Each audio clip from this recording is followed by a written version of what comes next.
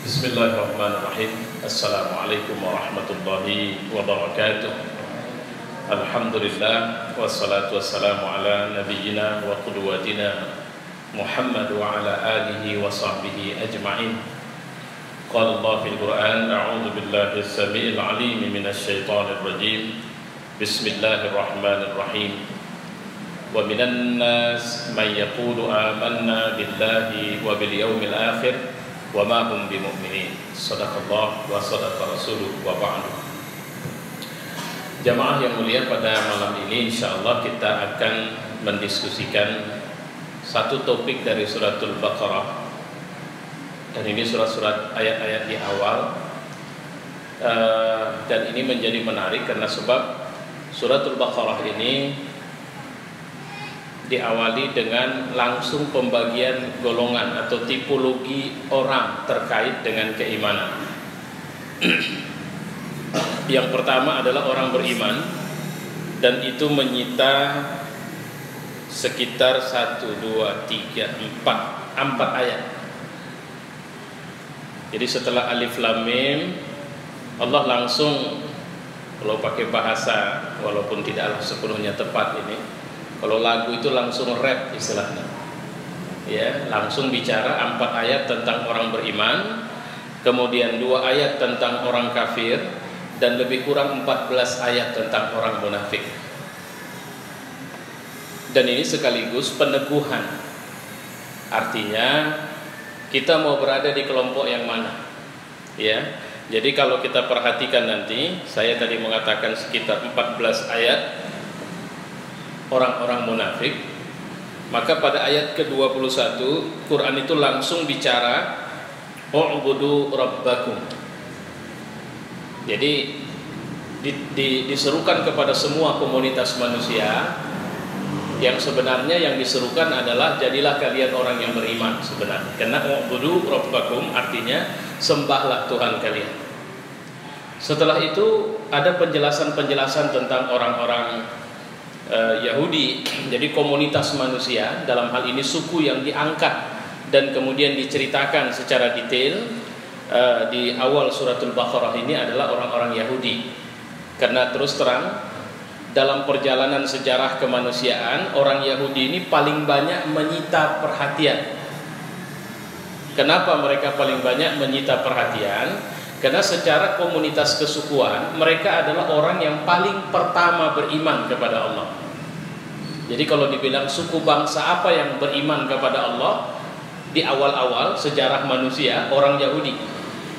Tapi dalam beriman itu mereka paling banyak masalah, sehingga Nabi paling banyak turun sama mereka. Sementara yang lain tidak demikian, ya. Jadi, malam ini insya Allah saya ini mohon maaf ini, karena sekaligus ngobatin hati saya yang sedang enggak stabil ini, sedang marah betul ini. Ya, saya nggak tahu bagaimana cara mengungkapkan marahnya. Terakhir saya pikir, saya bahas ayat ini aja lah dulu, ya. Tapi saya langsung ambil tipologi manusia yang ketiga, yaitu orang-orang munafik. Nah, jamaah, bapak-bapak, ibu-ibu, saudara-saudara, siapa yang disebut munafik? Munafik ini berasal dari kata nifak. Nifak ini kalau arti akar katanya itu terambil dari istilah lubang tikus, tapi tikus tanah, bukan tikus jeri. Kalau jeri itu kan tikusnya lubangnya cuma satu, itu nggak nampak yang lain. Ini tikus tanah. Tikus tanah itu kita tahu dia masuk dari sini. Siapa mengatakan lubangnya 2? Bukan, tapi banyak akses keluarnya. Maka istilah munafik diambil dari kata lubang tikus ini. Sehingga kalau dia keluar dari satu lubang, jangan bilang itu lubang keluar masuk dia, bukan. Dia bisa masuk dari satu lubang yang sana. Oh, kalau gitu lubangnya 2. Enggak, belum tentu juga. Jadi kalau bahasanya munafik itu orang yang berwajah atau bermuka 2, itu tidak tepat. Kalau pakai bahasa muka, mungkin muka 1000 lah. Nah, lebih tepatnya. Karena bisa ganti dia. tergantung situasi. Bunglon, nah, lebih enaknya bilang bunglon. Bunglon itu mungkin yang nggak pernah tahu bunglon adalah satu binatang seperti tokek yang kalau dia hinggap di tas saya ini maka dia akan berubah seperti warna tas saya ini. Kalau dia naik ke atas meja ini dia akan berubah dengan warna meja ini. Kalau dia lompat ke dinding itu maka dia akan berubah ikut warna dinding itu. Itu bunglon.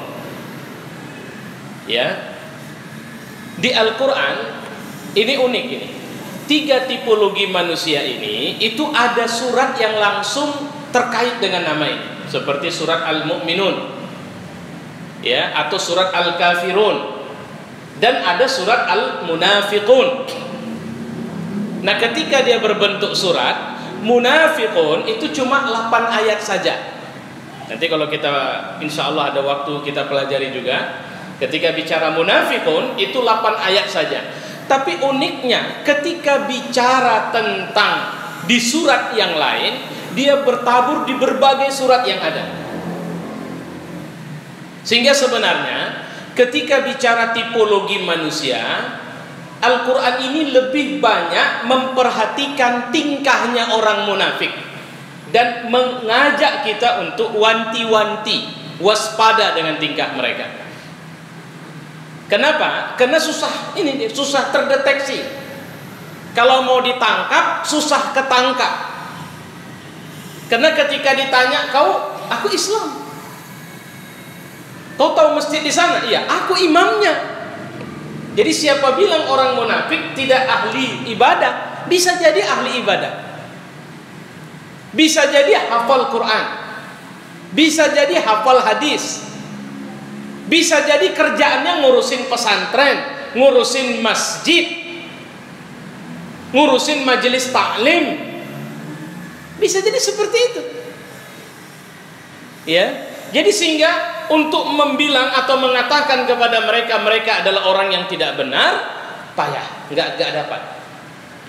Karena nanti mukmin, munafik, kafir. Loh, kafir kok cuma 2 ayat? Jelas.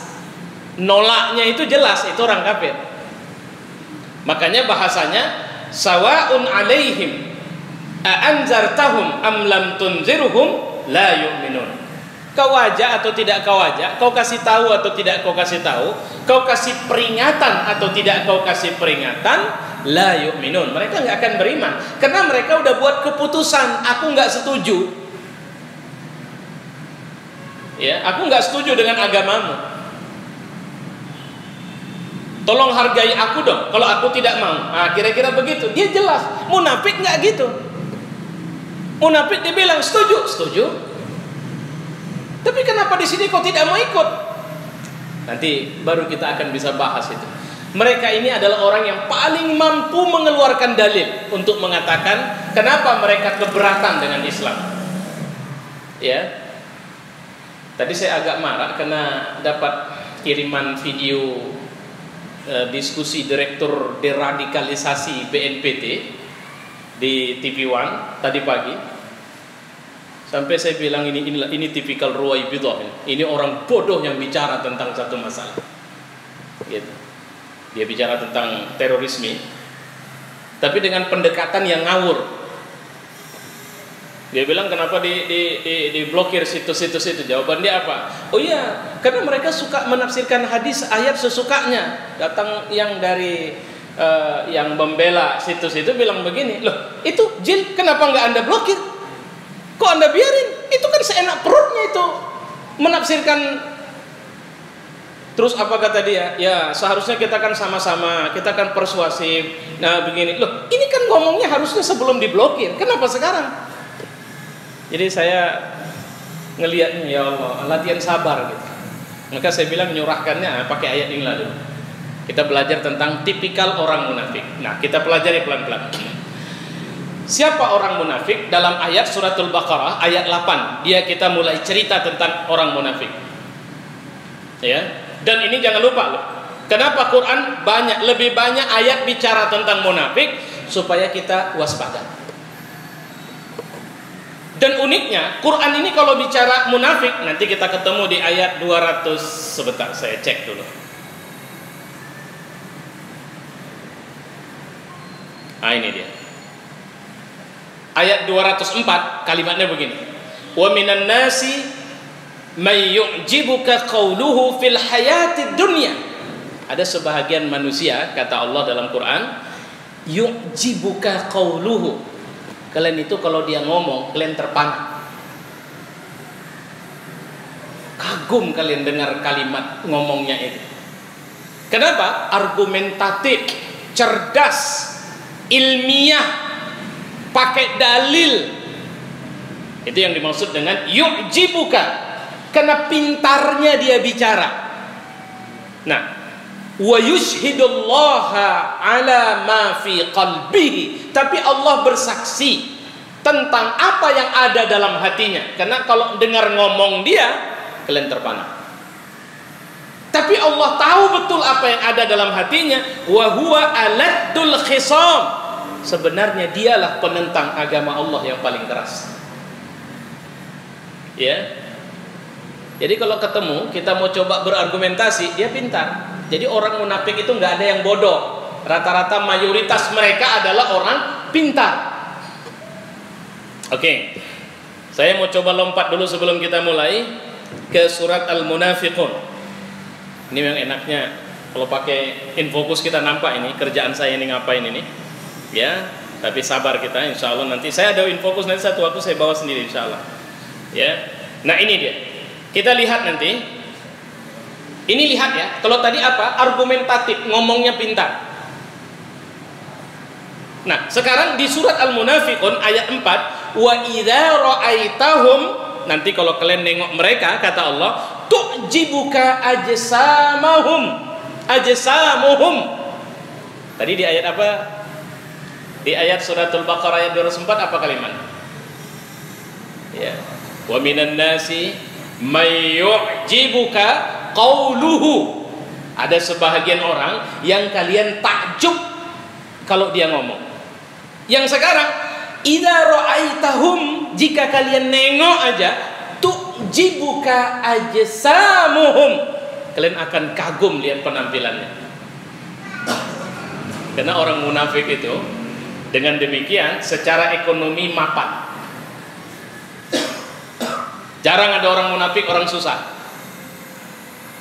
Jadi Pak Ustadz, itu banyak itu munafik itu Pak Ustadz, nggak mau sholat, nggak ini, nggak itu, kan kira-kira begitu.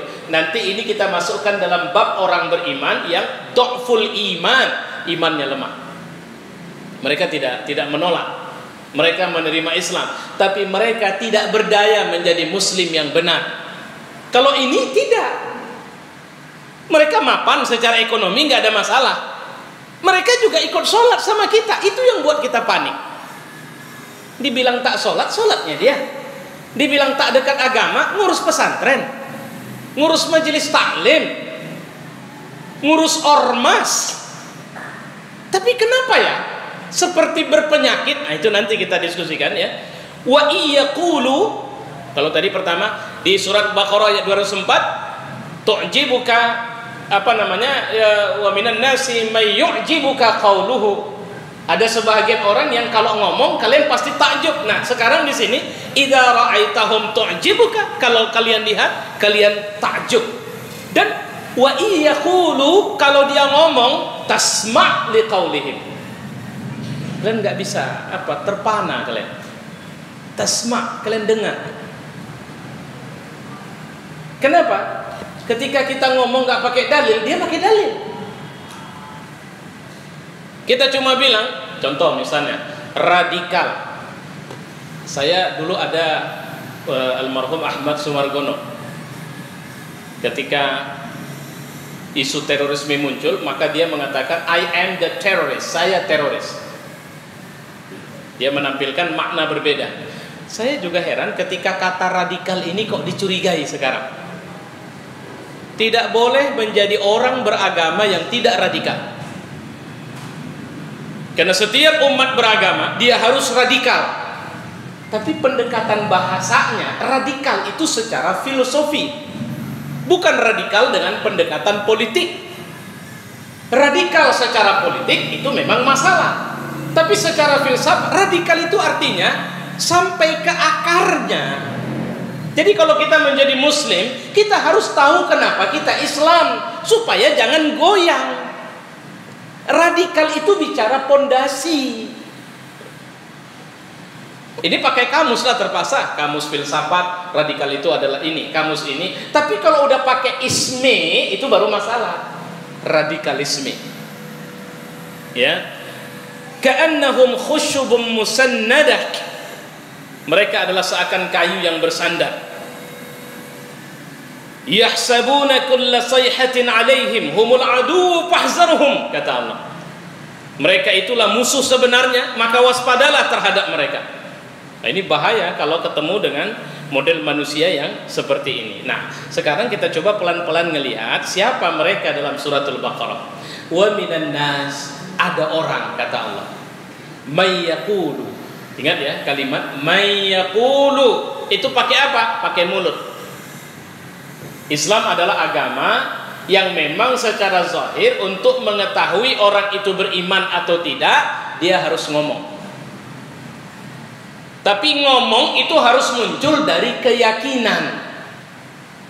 Nah, ada orang, kata Allah dalam Quran, yang dia mengatakan amanna billah, aku beriman kepada Allah, wal yaumil akhir, wa bil yaumil akhir, dan juga kepada hari akhir. Wa ma hum bimu'minin, sebenarnya mereka enggak beriman, kata Allah. Ini yang ngomong Allah. Jadi awal menjelaskan tentang orang munafik, Allah itu mengawali dengan pernyataan. Kalau pakai bahasa bebas, ada loh orang yang dia itu suka bilang dia itu beriman kepada Allah dan beriman kepada hari akhir, tapi sebenarnya dia nggak beriman. Dia nggak percaya sama Allah sebenarnya. Dia nggak percaya dengan hari akhir sebenarnya. Kalau ada orang menjelaskan sesuatu kepada kita dengan pendekatan seperti ini, kira-kira apa yang respon kita? Kan nanya, loh orang kayak mana itu? Kok bisanya dia bilang beriman tapi nggak beriman? Kok bisanya dia bilang beriman kepada Allah tapi sebenarnya tidak ada secuil pun keimanannya kepada Allah? Nah, dalam tafsir Al-Muyassar saya melihat begini.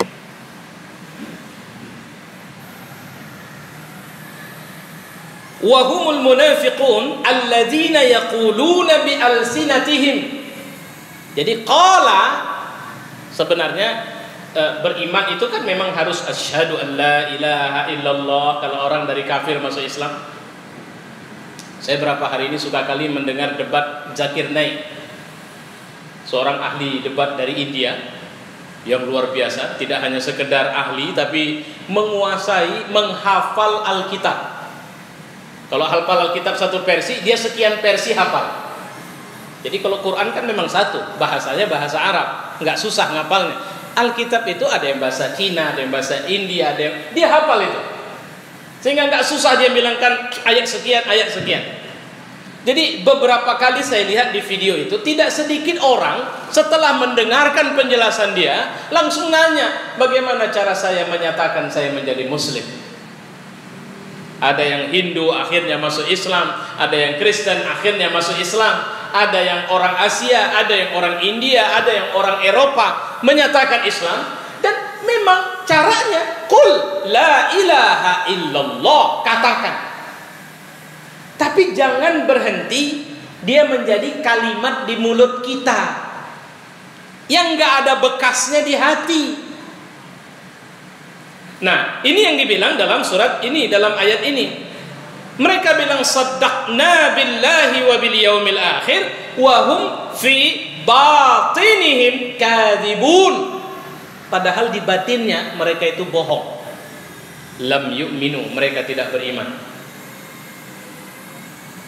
Ada bapak ningat handphone tadi tergeletak di sini? Tak ada, padahal dari kantongnya. Itu bohong namanya. Jadi dia bilang aku beriman, sebenarnya dia tidak beriman sama Allah. Jadi ada orang, na'udzubillahi min zalik. Karena terus terang penyakit yang kayak begini, ini bisa diidap oleh semua kita, walaupun tingkat kadarnya ada yang 0%, ada yang 1%, ada yang tinggi lagi, ya. Ada yang kalau aman dia Islam, jadi mudzabdzabina baina dzalik, dia berada di antara dua. Kalau dia aman posisinya, dia ikut ke sana. Kalau tidak aman posisinya, dia ikut kemari. Maka dunia politik itu dipenuhi dengan pola manusia kayak begini. Nanti jelang pemilu, tengok aja. Nggak percaya? Ini tahun 2015, saya ngomong tanggal 1 April 31. Ini 1 April apa 31? 31 Maret 1 April. Saya ngomong tanggal 1 April, nanti kita tunggu 2019 atau ya 2019, semua calon presiden, bahkan presiden yang sekarang mengikut sunnah jurisprudensinya. Kalau tidak, saya mohon ampun kepada Allah, kebiasaannya akan menjadi orang yang begitu islaminya sama kita. Itu udah jadi sunnahnya di sini. Kenapa? Kalau menguntungkan ikut, tapi kalau tidak menguntungkan nggak ikut. Itu sudah model dunia politik kita. Kenapa? Itu tanda dunia politik tidak islami. Pengusaha juga begitu. Saya pernah ketemu pengusaha, kalimatnya begini, payah bang, namanya juga kita ngadapi rekanan. Kadang-kadang rekanan ini ada yang minta dugem, ya terpaksa kita mau ikut. Perusahaan BUMN cari supir, dia minta sama saya, tolong carikan supir Ustaz. Saya carikan, terakhir dia bilang, Ustaz nggak jadi, supir nggak usah, security aja. Enggak, saya punya orang yang bisa jadi supir. Nggak apa-apa, gaji murah nggak masalah, asal bisa masuk. Enggak, saya nggak kasih Ustaz. Loh, kemarin Bapak minta sama saya, salah, saya nggak jadi minta. Loh, kenapa Pak? Terakhir dia bilang apa? Karena supir yang dibutuhkan ini antar jemput tamu. Dan kebiasaan kami, tamu ini ada banyak tingkah. Kalau minta perempuan, terpaksa carikan perempuan dulu, antarkan ke dia. Saya nggak mau Ustadz ikut bersyubhat di situ. Ya Allah, nah itu dia. Kenapa? Ya, ikut dunianya aja lah, ikut jalannya. Kalau memang mau bagus-bagus sekali, sana aja di masjid. Nah, begitulah bahasa mereka. Ini dunia cari makan. Memang dunia munafik. Dunia segala kecap nomor 1. Ya, selalu saja promosinya dia yang terbaik begitu. Nah, itu dia. Nah, sekarang Allah belum jelaskan. Allah cuma bilang ada ya, dari manusia itu ada loh orang yang dia bilang beriman sama Allah, beriman sama hari akhir, tapi dia tidak beriman. Terus kalimat selanjutnya apa? Yukhadi'unallaha walladzina amanu. Mereka yukhadi'una, ya. Mereka coba membohongi Allah dan orang-orang yang beriman. Kenapa? Karena sebab biizharihim al-iman, dengan menyatakan kami beriman. Bentuk penipuannya seperti itu. Padahal dalam penjelasan hadis, wa ma yakhda'una illa anfusahum, mereka tidak bohongi kecuali diri mereka sendiri. Wa ma yash'urun, tapi mereka nggak sadar. Ya, maka kalimat di sini pernyataannya, tidaklah berakibat bohong mereka itu kecuali pulang sama mereka sendiri. Cobalah beginilah. Orang munafik ini bilang dia beriman sama Allah. Allah kan tahu. Paham nggak kira-kira? Ibu paham ya? Allah kan tahu ibu ini seberapa tingkat imannya sama Allah. Orang munafik ini semangat di hatinya itu, di batinnya sebenarnya dia tidak mau terima hukum Allah. Dia tidak mau jadi muslim. Cuma daripada ya udah aku bilang saja lah Islam. Allah tahu dia paling benci nengok orang taat. Dia paling tak terima nengok perempuan-perempuan muslimah yang solehah. Tapi karena dia tidak berdaya, dia bilang, aku setujunya sama kalian. Nah, cuma seperti tadi saya waktu jalan kemari, si Saud namanya dari BNPT, kemudian redaktur atau pemilik ownernya dakwatuna.com sama ownernya rohmah.com. Apa dia ceritanya begini? Sebenarnya ini dakwatuna ini bagus. Dia sudah bagus, dia sudah berjuang sama-sama kami. Dia menjelaskan takfiri itu bagaimana, ISIS itu bagaimana. Dia sudah bagus ini. Cuma ada konten-konten yang tak. Kenapa dia ngomong gitu? Karena sebab ini sedang bagus, orangnya nggak bisa dia menolak. Karena ini orang benar. Tapi memang kalau ditanya di hatinya, dia memang mau tutup. Yang benar ini tidak boleh ada. Kenapa? Buat kita nggak nyaman aja nanti buat salah itu. Cuma karena tidak berdaya, maka dia bilang dengan bahasa yang membuat kita terpana. Nah, itu berbahayanya. Ya, itu contoh itu. Itu contoh bahasa. Kenapa? Karena awalnya mereka sudah tutup. Kalau mereka memang mau dialog, ya dari awal dialog. Ini enggak, mereka tutup dulu baru cerita dialog. Karena proses kalau sudah tutup tidak semudah sebelum ditutup. Baik. Fi qulubihim. Nah, ini dibilang Allah. Allah belum cerita tingkahnya kayak mana. Allah cuma cerita fi qulubihim marad. Di hati mereka itu ada penyakit. Fi qulubihim syak. Di dalam hati mereka itu ada satu penyakit ragu. Wa fasad, dan cenderung ingin ngerusak. Jadi memang ada manusia yang tipikalnya kayak begini. Ini dibilang ini dalam tafsir Al-Muyassar begitu. Wa butulu bil ma'asi al-mujibah li'uqubatihim. Tingkahnya itu cenderung untuk buat maksiat saja. Jadi akibat dari penyakit ini, mereka cenderung kepada hal-hal yang tidak benar sebenarnya. Mereka aman, nyaman kalau duduk sama orang-orang nggak benar. Artis-artis nggak pakai baju, itu senang dia duduk begitu. Tapi kalau sama orang-orang agak berjanggut panjang sedikit, wah ini ISIS. Padahal apa hubungan ISIS sama kita? Nggak ada loh. Berapa persen orang Indonesia yang peduli ISIS? Coba tanya semua masjid di Republik Indonesia, semua ulama, kita mau tengok dulu siapa sih yang peduli ISIS, yang setuju sama ISIS. Kita nggak setuju sama dia. Bahkan kita mengatakan itu bukan wajah Islam, itu berbahaya itu. Tapi mereka, walaupun udah kita bilang gitu, tetap nggak tenang sama kita. Itu masalahnya. Kenapa? Fi qulubihim marad, ada penyakit. Ya. Fazadahumullahu marada. Namanya penyakit. Ibu ada sakit nggak mau berobat. Apa akibatnya? Meradang. Udah bengkak, tak mau diobatin. Maka itulah bahasanya. Fazadahumullahu marada. Maka Allah pun membiarkan penyakit itu meradang. Ya. Walahum adzabun alim. Hati-hati ya. Orang kayak gini itu azabnya pedih kali. Bima kanu yakzibun, sesuai dengan takaran dusta mereka. Kalau orang kafir itu kena penolakannya adalah tempatnya. Maka kenapa orang munafik langsung dimasukkan di bawah, di lapisan terbawah? Kalau bahan bakar, mereka jadi bahan bakar utama selain batu. Karena dia di sumber apinya ditaruh. Kenapa? Hanya bisa dimusnahkan dengan cara membakar mereka bukan di atas, tapi di api yang bawah. Darkil asfal minan nar, di keraknya neraka. Dalam satu penjelasan ada mengatakan bahwa darkil asfal minan nar ini apinya tidak panas, tapi menusuk ke tulang dinginnya. Jadi bukan panas.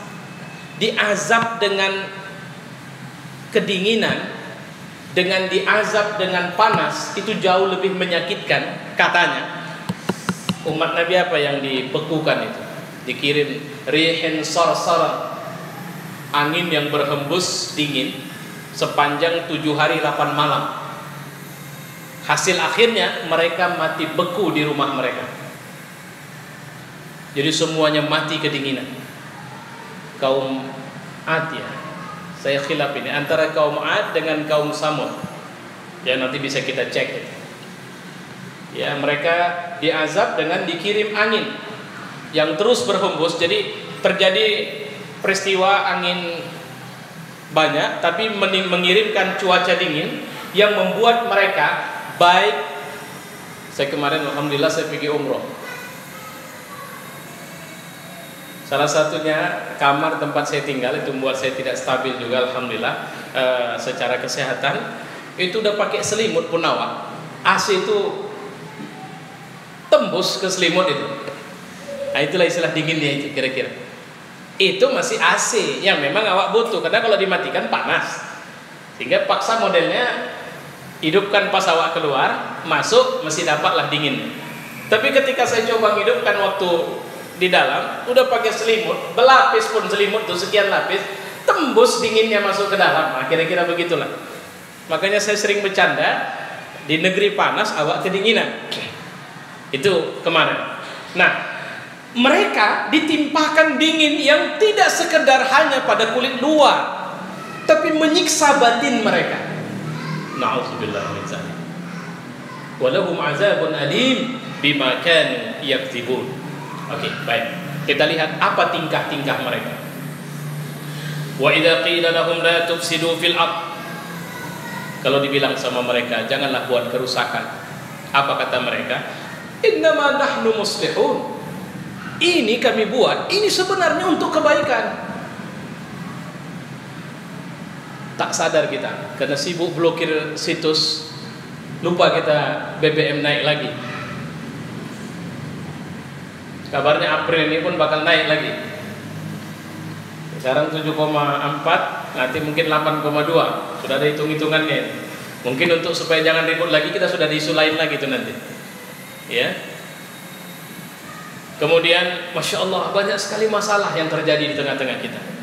Pak, janganlah begini. Ini buat menderita rakyat. Tengoklah, rupiah kita sudah anjlok jadi berapa sekarang? 13.000 sekian. Kata menteri kita untung. Kalau rupiah kita anjlok, kita untung. Kena APBN kita jadi surplus. Saya nggak tahu ini kena ngomong karena bodoh atau apa ini. Ya, kan itu kalimat dari menteri kemarin.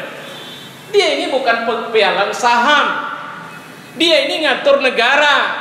Kalau rupiah ambruk, itu artinya utang harus nambah, nutupin lemahnya rupiah. La tufsidu fil ard, jangan buat masalah. Innama nahnu muslihun. Sebenarnya kami bangun ini subsidi ditutup, dibuang supaya dialihkan ke orang-orang susah. Mana? Apa bentuknya? Yang kemarin Bapak dapat berapa ratus ribu itu? Terus bagaimana selanjutnya? Bagaimana dengan cerita sakit? Siapa bilang kita ditanggung negara sakit? Kita disuruh bayar untuk kemudian polanya ya asuransi kesehatan. BPJS itu asuransi. Kalau tidak mau, ya jangan sakit. Kalau nggak punya duit bayar, jangan sakit ya. Walaupun bisa disiasatin dengan berbagai cara. Kemudian harga ini tidak stabil, ini tidak stabil. Kenapa? Tapi innama nahnu muslihun. Sebenarnya kami buat baik. Jangan jual aset negara. Innama nahnu muslihun. Kenapa kita cuma dapat visanya cuma 1% dari harta yang begitu banyak? Itu yang terjadi di Yaman. Yaman itu negara kaya.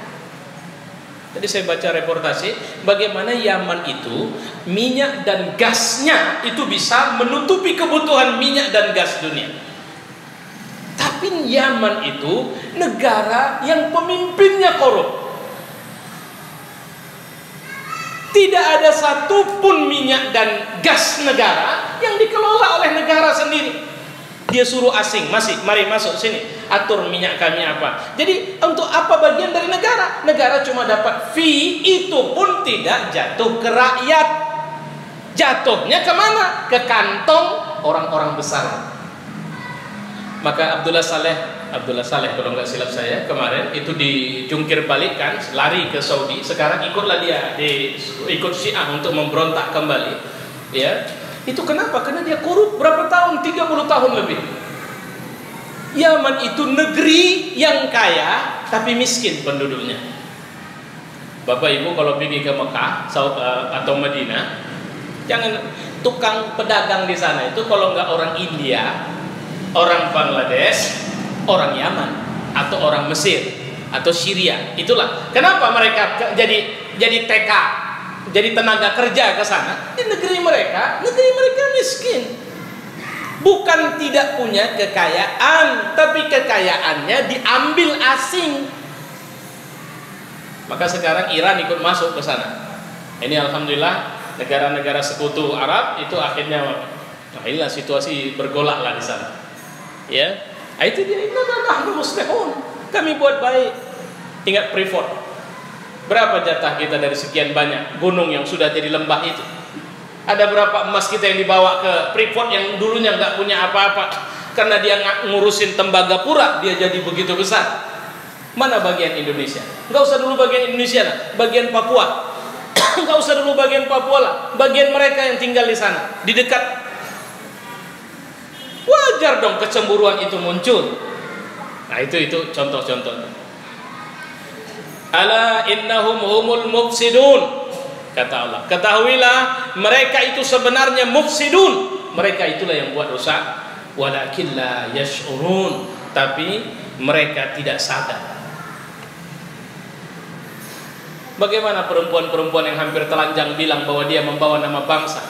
Bagaimana duta yang kita bilang duta perempuan kita ke dunia adalah duta yang harus menunjukkan pahanya, payudaranya, dan kemudian dinilai oleh tim sebagai dutanya Indonesia. Bagaimana kita bilang mereka itu adalah pembangun, mereka itu perusak? Ya, nah ini contohnya. Baik, itu penyakit pertama. Penyakit kedua, wa idza qila lahum aminu. Jadi ini kan ajakan moral ini. Kalau dibilang sama mereka, yuklah, udahlah, ngapailah dunia aja kita urus, berimanlah, tak lamanya kita hidup. Nah kira-kira begitu. Ini kan ajakan moral. Apa kata mereka? Anu'minu kama amanas sufaha. Oh, jadi kau ajaklah aku, kau ajak kami untuk beriman seperti orang-orang bodoh itu beriman. Orang-orang yang menjadikan agama itu sebagai candu beriman. Orang-orang yang etos kerjanya lemah karena pikirannya cuma sholat saja, pikirannya cuma baca Quran. Kau mau ajak kami kayak begitu? Orang-orang yang di kantorku itu, yang kalau masuk kantor jam 7 memang dia datang di luar, tapi jam 9 sudah masuk musala lagi, yang kerjaannya cuma baca Quran. Kau mau ajak aku begitu? Itu sama saja kau ngajak aku untuk ngancurin negara ini. Kenapa? Kita tidak punya manusia dengan etos kerja tinggi. Nah, kira-kira begitulah.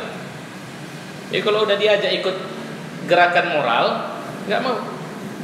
Ala innahum humus sufaha, kata Allah. Ketahuilah bahwa sebenarnya mereka itulah yang sufaha, mereka itulah orang-orang bodohnya. Walakin la ya'lamun, tapi mereka nggak tahu itu. Kenapa? Mereka kira samalah seperti seorang direktur yang habis-habisan kerja, kemudian dan liburan ke Bali. Pergi dia ke Nusa Dua. Di Nusa Dua Bali, dia ketemu sama seorang laki-laki yang dia lihat kumuh, tapi sedang nyantai-nyantai di tepi pantai itu.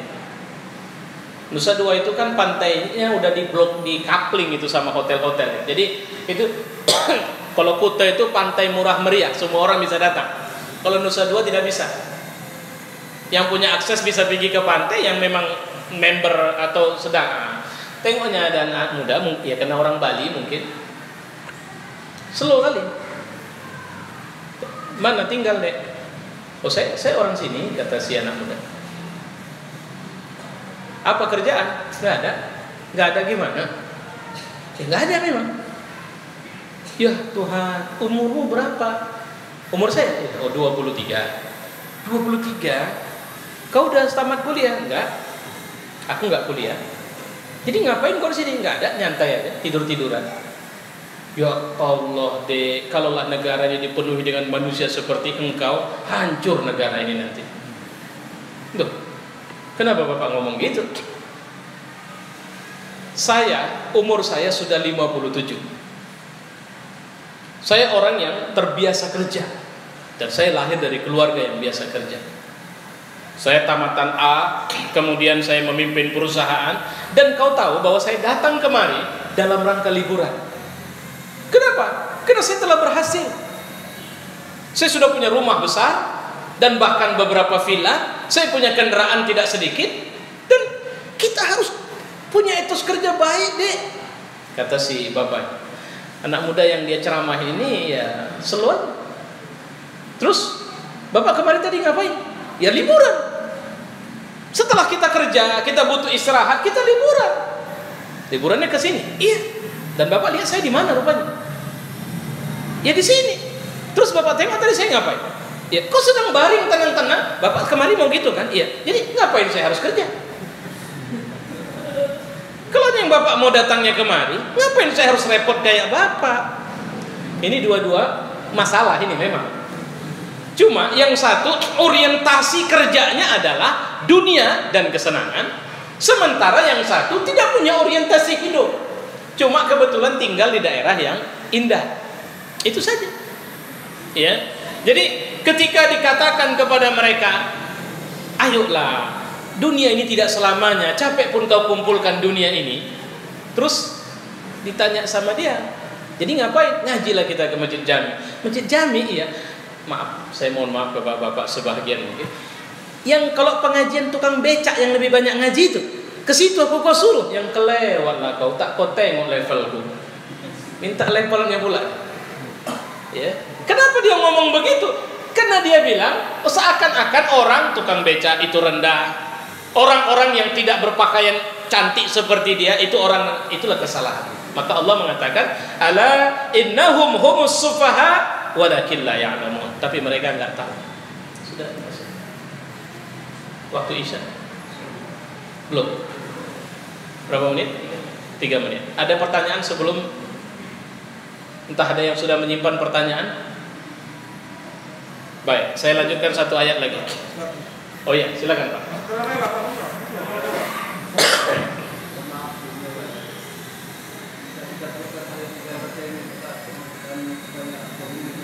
Saya kurang dengar Pak. Iya, silakan.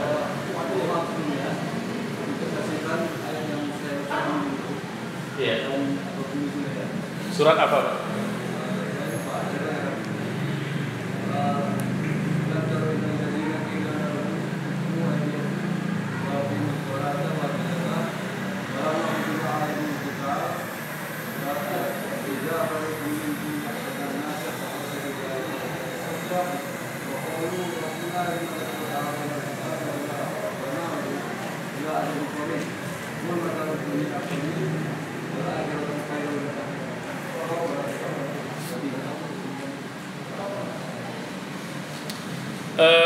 Coba bapak baca lagi apa tadi awalnya.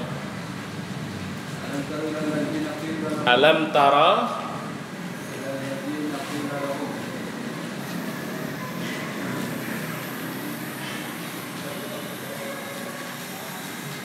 ila alladziina qila lahum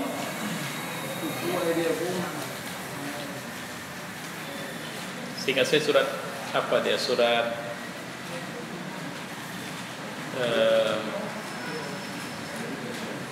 surat Taubah. Tapi sebentar saya kufu aydiyahum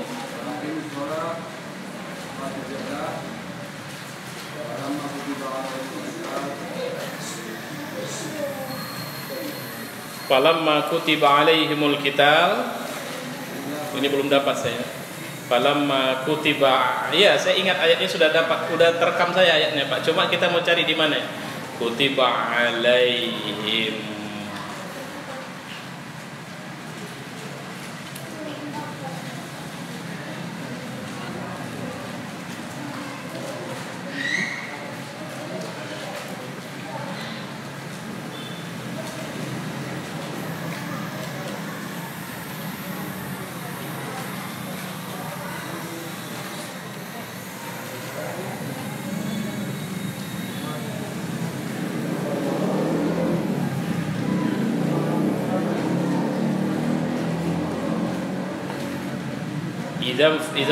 Ketika datang perintah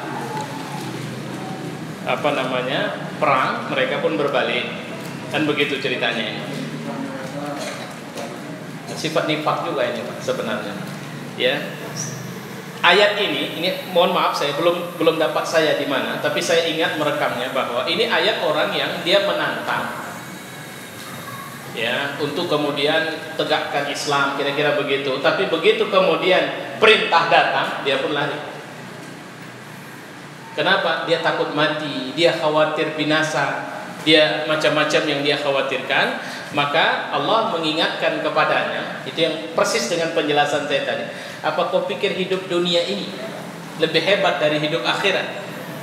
Ya, ini penasaran sekali saya mencari ayatnya. Cuma kata kuncinya saya belum dapat.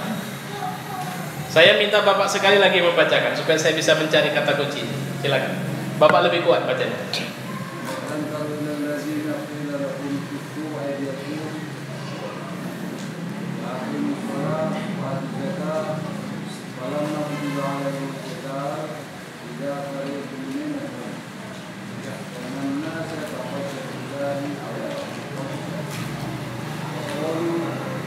Iya. Ya, nah terus belum dapat saya. Khosyah ya. Mudah-mudahan dapat dikatain.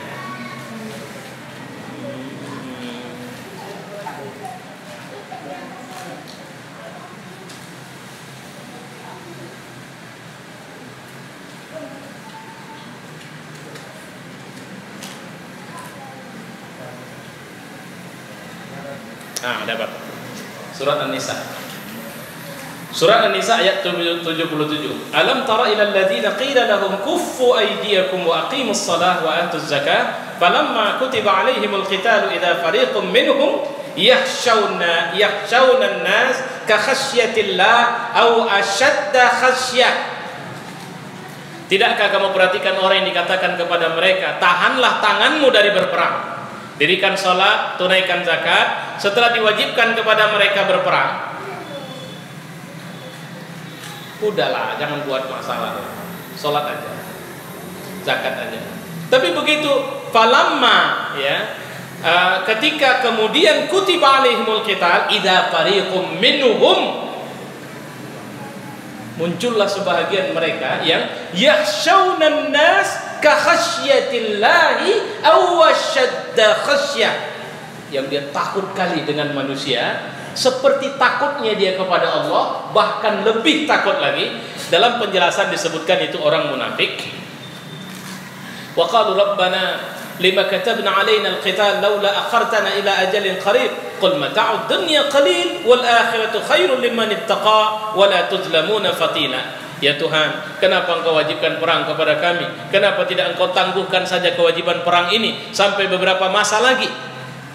Jadi kalau mau dibilang dalil mereka banyak. Dalam surah Al-Fath, penolakan mereka untuk ikut dalam perang Tabuk, apa kata mereka? Syaghalatna amwaluna wa ahluna. Ada pula urusan bisnis yang belum selesai ya Rasul. Jadi mohon maaf kalau kami tak bisa ikut. Ada yang bicara, ya Rasul, kau kan tahu aku ini paling tak bisa tenang nengok perempuan cantik. Aku tidak mau merusak imanku dengan ikut perang. Karena nanti kalau ikut perang, aku bisa ketemu sama perempuan orang Romawi. Orang Romawi itu kan cantik-cantik. Nanti ujungnya aku tidak ikhlas lagi perang ya Rasul. Jadi kalau begitu aku nggak usah ikut perang sajalah.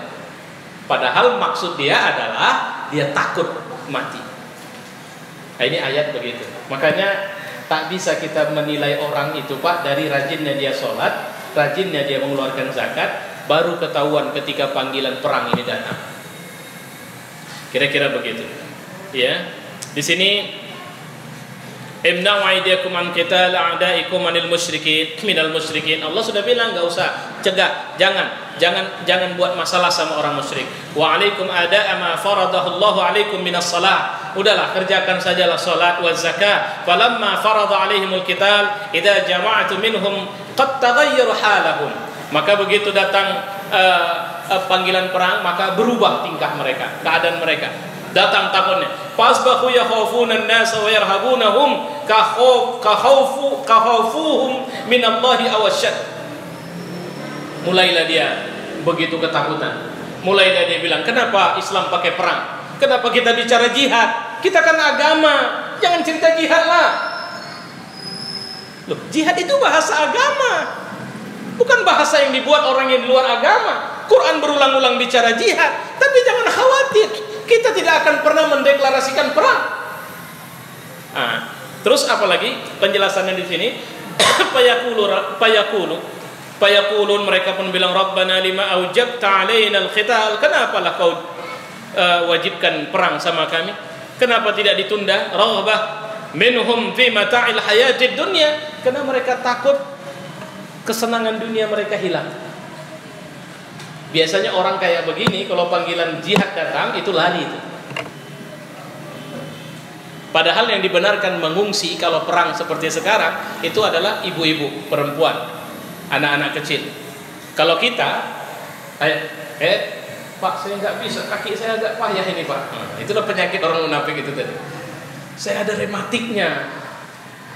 Saya terus terang Pak, kiloan saya agak kurang, jadi kalau nanti ngangkat senjata saya jadi beban pula saya di jana. Bagus saya ikut mengungsi. Yang boleh mengungsi perempuan, anak kecil, orang tua yang renta, dan orang-orang sakit. Silakan mengungsi. Kalau masih sehat, masih bisa jalan, Pak saya itulah nifak itu tadi. Ya, mohon maaf Pak. Saya alhamdulillah, makasih. Itu sebenarnya bahagia dari cerita nifak, dan alhamdulillah kita ketemu di surat An-Nisa ayat 77. Saya pikir ini wallahu a'lam bishawab. Assalamualaikum warahmatullahi wabarakatuh.